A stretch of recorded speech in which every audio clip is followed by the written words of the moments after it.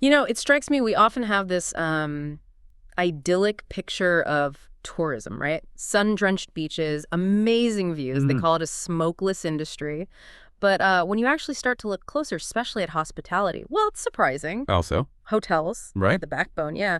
But historically, they've been, well, kind of slow to really go all in on being eco-friendly, Yeah, it's true. which is pretty ironic considering how much they depend on those healthy environments. It is a fascinating paradox, isn't it?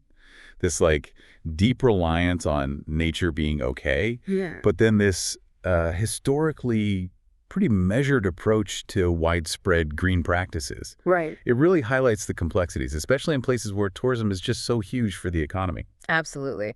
Which brings us right to what we're digging into today. You shared this really interesting research paper, Yes, the 2025 study. Sustainability in Thailand's Hospitality Industry, Emerging Green Initiatives Shaping the Future of Tourism by 2030. Because it's so recent, it gives us a fantastic current look at what's happening. And our mission today, really, is to pull out the key insights for you, the listener. Yeah, this study, it's pretty thorough. It looks at the new green efforts starting up or, expanding in Thailand's hotels, Hmm. and it tries to analyze their bigger impact on sustainable tourism looking ahead like the next decade or so. Hmm. It gives a clear sense of where the industry stands now, Okay. and it really underlines how vital hotels are for tourism development there and this growing trend towards green hotels. Okay, so let's unpack that because this paper, yeah, it covers a lot of ground. One of the first things it hits on is just how incredibly important tourism is for Thailand's economy. Oh, that's We're talking, what, 12.1% of GDP? That's huge. Mhm. Plus 3.8% of employment and 7% of exported goods, at least when the study was done. Hmm. So what does that level of dependence actually tell us about how they approach sustainability? Well, depending so heavily on tourism creates this really interesting tension. Okay. On one side, it's a massive incentive to protect the things drawing tourists in, Mm-hmm. right? The nature of the culture. Sure, protect the asset. Exactly. Damage those, and you risk damaging a huge chunk of your economy. Mm-hmm. But on the other side, well, the pressure to keep attracting visitors, keep the revenue flowing, Yeah. sometimes that can push towards decisions that maybe aren't the greenest, at least not in the short term. It's a real tightrope walk. That makes total sense. The paper also lays out what makes Thailand so popular to begin with. Of course, you've got the iconic stuff, beaches, mountains, forests. We all picture that. Right. The natural beauty is undeniable. But it also points to the culture, that unique architecture, a generally stable political situation, and, tourists feeling safe there. It's the whole package. Absolutely. It's that mixed nature culture plus that feeling of stability. That gives Thailand its edge in the global market. Mm, And when the study talks about the hospitality industry in Thailand, it's careful to say it's like way broader than just hotels. right, it's not just beds and breakfasts. Not at all. It's this whole interconnected system. Mhm. Food, places to stay, transport, Right. recreation, catering, even prepared foods you buy, laundry services, tour operators, parking, the lot. It's a Wow. whole ecosystem built around tourism. But that broad definition really shows how many pieces of the Thai economy are tied to tourism. Mhm. And so the impact of sustainability efforts or not doing them could be really widespread. Definitely. The paper also flags something interesting. A lack of research. Apparently, there hasn't been a ton of detailed studies specifically on management techniques and best practices for sustainable tourism within Thailand's unique context. Why do you think that is? It's possible that, historically the main goal was just growth, growing the tourism sector because it brings in so much money. Focus on the numbers first. Maybe. And researching the specific nuances of sustainable practices in one country. Well, that takes time, takes resources. But the paper makes a really interesting point here. It suggests there's huge potential to boost sustainability by actually looking at what local communities are already doing, their knowledge, their practices. Yeah, the grassroots stuff. Exactly. Combine that with learning from global efforts. That could be really powerful. Yeah. Different communities often have these very local solutions that are baked into their culture and how they understand their environment.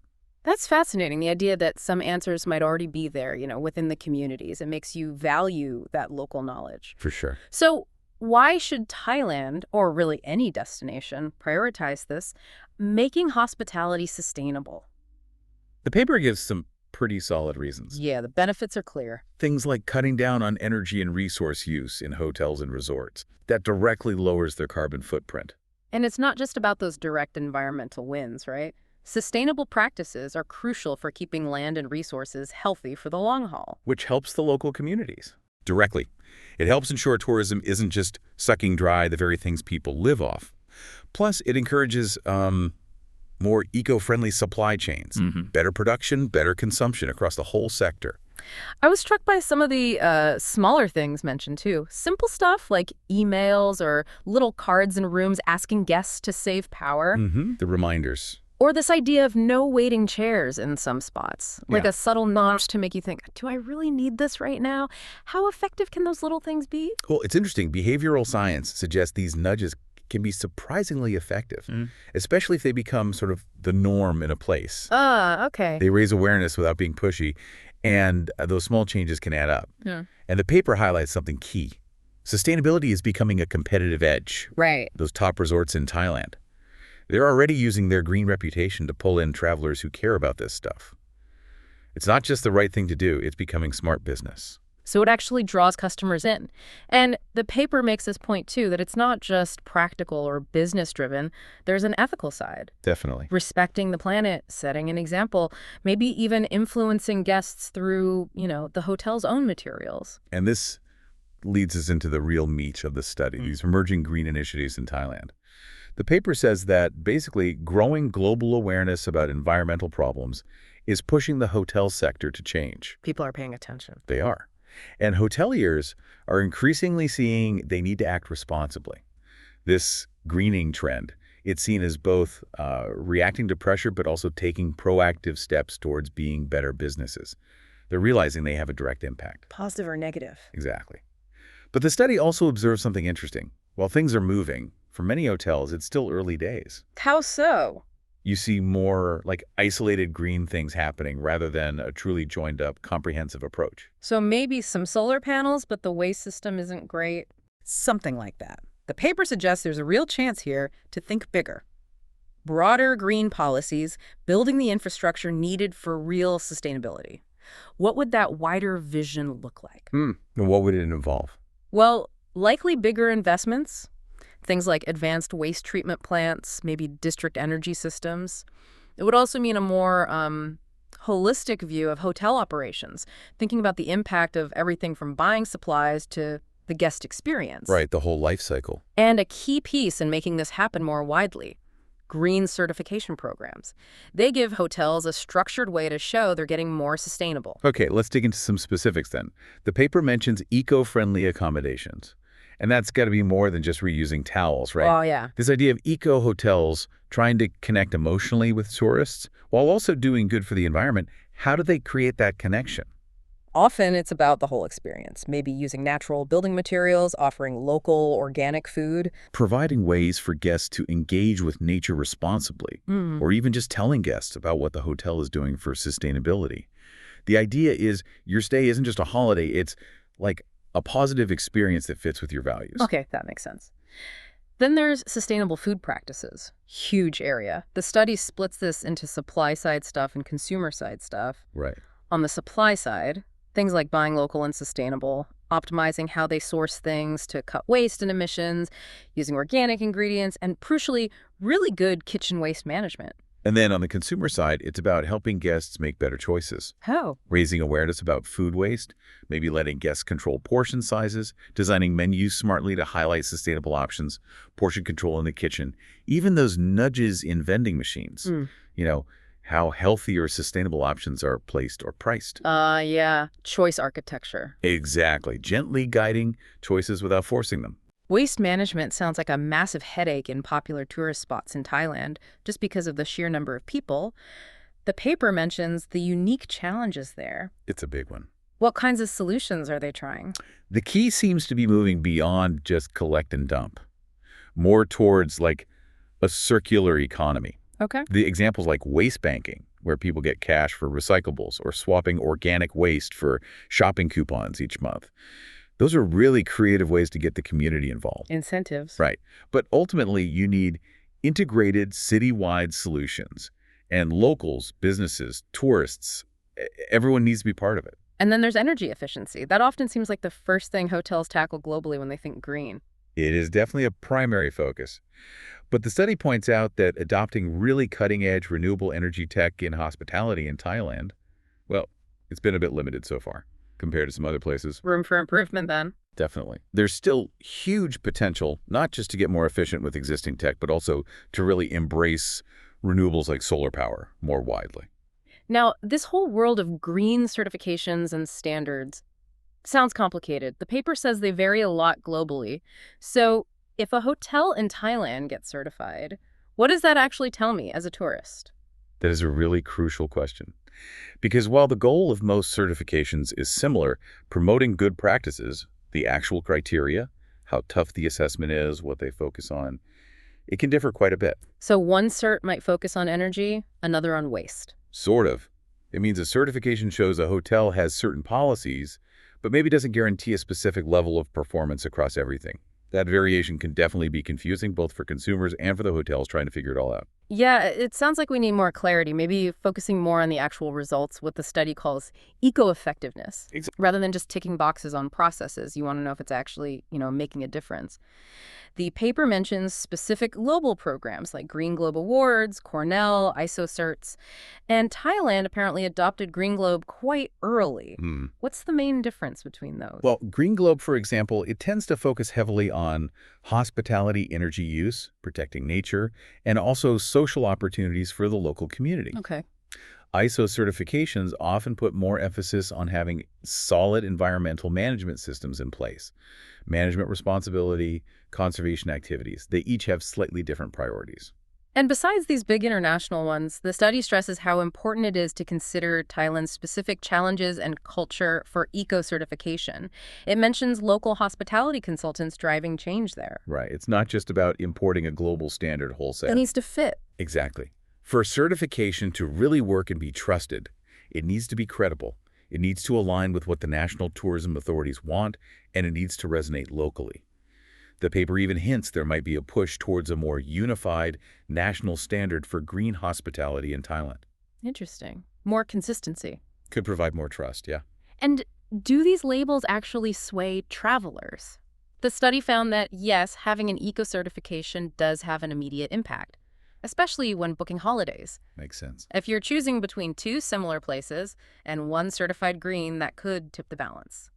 But the paper also notes that impact might lessen as more hotels get certified. Yeah, as it becomes more common, it might shift from being a standout feature to just expected. Line. Kind of. What's really interesting, though, is how these initiatives, like getting certified, can link what a hotel does operationally saving energy, cutting waste, with what consumers value and choose. Connects the back of house with the guest's perception.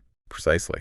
And the study reminds us, consumer attitudes on sustainability, they aren't fixed. They change, sometimes quite quickly, based on world events or new info. Good point. Okay, the case studies really bring this stuff to life. Yeah. Let's talk about Hotel A, focused on innovation. This place sounds pretty high-tech with water saving, intelligent systems detecting leaks. Yeah, pretty advanced. And they're even using radar in guest rooms to control toilet and urinal pumps. That's something you see more in, like, Japan. Wow. They're also using sustainable materials like wall plants and smart energy meters that show guests their actual usage in real time. Raising awareness directly. Exactly, a direct feedback loop. Hotel B takes a totally different approach, really focused on community engagement. Buying food locally, like seafood from a village nearby. That supports the local economy directly, plus cuts down on transport emissions. Smart. And they do more. Donating extra food to a local zoo, funding scholarships for village kids that started after the 2004 tsunami, so it shows real long-term commitment. That's significant. They even let guests volunteer on the Royal Project. Good for the community, good for the hotel's image. It's a very holistic way of thinking. It's interesting, though, that the paper says Hotel B isn't really shouting about this stuff. Not much active marketing of their CSR. Yeah, the study suggests there's an opportunity there to communicate it better, maybe connect with guests who care about those things, and potentially broaden their scope to tackle other social issues too. Right, tell people about the good work. Then there's Hotel C, a luxury place in Bangkok, going big on renewable energy. Yeah, they're really ambitious. Focus on renewables, reuse recycling, AI managing the building for green areas, even disaster prep, and plans for a massive solar installation. Huge, 15,000 square meters, aiming for 60 megawatts a year. plus a cogeneration plan for electricity and fresh water, Generating their own water. aiming for 80% of their needs, yeah. And the AI managing heating and ventilation sounds super efficient. Plus, having on-site disaster preparedness shows they're thinking long-term resilience. These examples really show the variety of approaches, don't they? For sure, from high-tech to community-focused to large-scale infrastructure.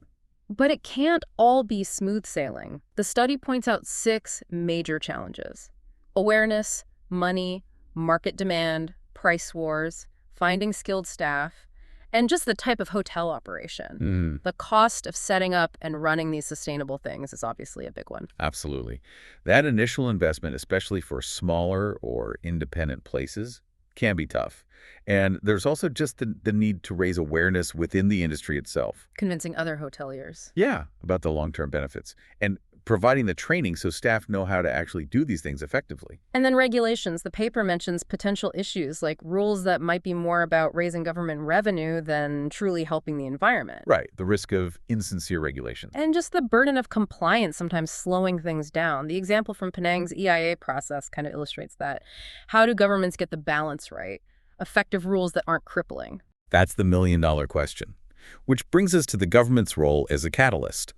The Thai government is trying to promote green tourism while also knowing the industry has environmental costs. It's a balancing act again. Exactly. And there's that tension. Use global standards or support local practices rooted in Thai culture. The paper says they need a clear policy balancing growth and conservation. And learning from other countries is key. Policy-wise, the study sees a positive shift, a more proactive environmental stance, and potential government help, like through an environmental fund. Yeah, support mechanisms can make a difference. Public awareness campaigns are also vital, and understanding what experts and operators think about their impact. The idea of local environmental films sounds like a great targeted approach. Definitely. Looking ahead, the study sees ecotourism and green tourism becoming even bigger as people get more aware of, destructive tourism. But that huge challenge remains air travel's emissions, which really underlines the need for greener fuels, but also better transport within destinations. Less flying, more trains. Potentially. Government and society need to work together on regulations and infrastructure. Good public transport, railways, that's crucial. There's also this shift towards focusing on the value of tourism beyond just numbers, the unique nature, culture, lifestyle, and making sure money gets distributed fairly in local communities, respecting traditions. Yeah, protecting local wisdom, local arts from just being exploited. Fair pricing. That's all part of a more sustainable model. And technology, of course. Green innovation is seen as vital. The study mentions shifts already seen in Thailand's hotels, sped up by the pandemic, mobile payments, contactless services. Right, tech adoption accelerated. Looking further out, things like VR, AR, maybe the metaverse, cybersecurity is huge too. And AI for personalized service, crunching big data. Lots of potential there. And collaboration between universities and the industry is key for driving innovation, especially in energy efficiency and policy. Plus, just encouraging hotels to invest in green tech and be transparent with guests about their carbon footprint. And what about the travelers themselves? Their preferences are changing. Big time. There's this global push towards decarbonization, and in Thailand, a growing appreciation for nature. The tourism industry really needs to lead on tackling climate change and biodiversity loss. Especially since the environment is Thailand's biggest asset. Exactly. And there's a need for more research across different fields to really understand how climate change is hitting Thailand's specific biodiversity. Because climate change is hitting tourism, right? The study makes that clear. Oh, absolutely. Tourism is a huge economic engine, but it emits GHGs. And it's directly threatened by climate change, weird weather, damaged ecosystems, tourists changing where they go. So the industry contributes to the problem that also threatens it. It's a really complex loop. Okay, so pulling this towards the bottom line. The economic impact, what's the verdict? The study suggests going sustainable can actually encourage collaboration, a shared vision in the industry. Right. And helping businesses see the real threats from climate change is vital for their own survival. Taking that holistic approach to sustainability, it can lead to saving energy, saving money, attracting investment, and ultimately better profits. Plus, that spillover effect one green hotel can inspire others nearby. And jobs. Sustainable tourism can create jobs. Definitely. Look at Australia. Their successful tourism is tied directly to their healthy environment. There's potential to market green destinations, Hmm. stakeholders working together. And the hotel industry is a massive employer. So shifting towards sustainability can create new roles. Sustainability managers, green tech specialists. Looking long term, the study mentions competitiveness, especially for restaurants. Being green and telling people you're green can be a real advantage. Yeah, that communication piece is important, highlighting the benefits. Now, beyond the money, what about the social and cultural side? How stakeholders feel, worker morale, tourism students' careers, the impact on communities. There's growing recognition across the board, staff, investors, guests, that green practices are valuable.